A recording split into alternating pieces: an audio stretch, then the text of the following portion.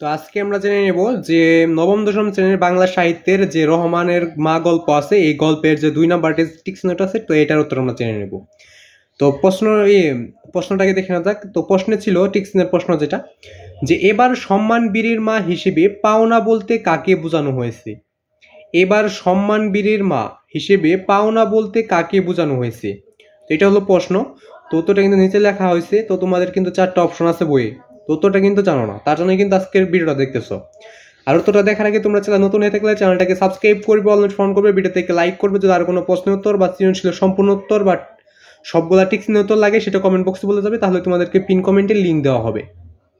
তো যেহেতু এখনো তোমাদের বই সবগুলো দেওয়া হয় নাই, তার জন্য কিন্তু তোমাদেরকে সবগুলো উত্তর আমি দিতে পারতেছি না।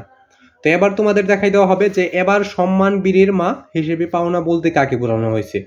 আর সকলে চ্যানেলটাকে সাবস্ক্রাইব এবং ফলো করে নেবে। তোমাদের একটা করে সাবস্ক্রাইব এবং ফলো আমার নতুন নতুন ভিডিও করার আগ্রহ যোগায়, তাই সকলের সাবস্ক্রাইব এবং ফলো করে রাখবে।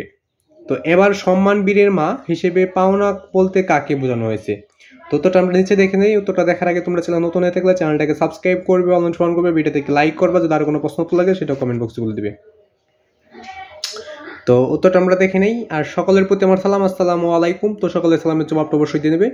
যারা ইসলাম ধর্ম বা মুসলমান রয়েছিল সকলের প্রতি আমার সালাম, আসসালামু আলাইকুম। তো সকলের ইসলামের জবাবটা অবশ্যই দিয়ে নেবে। উত্তর হবে ক নাম্বার। এই 2 নাম্বার টিক্সের উত্তর হবে ক, রত্ন গর্বা মা। রত্ন গর্বা মা, ক নম্বর একটা অপশন দেখবে যে রত্ন গর্বা মা আছে, সেটাই হলো উত্তর। তো আজকে ভিডিও বন্ধু, সকলে ভালো থাকবে, সুস্থ থাকবে। আজকে এখানে বিদায় নিচ্ছি। খুদা হাফেজ।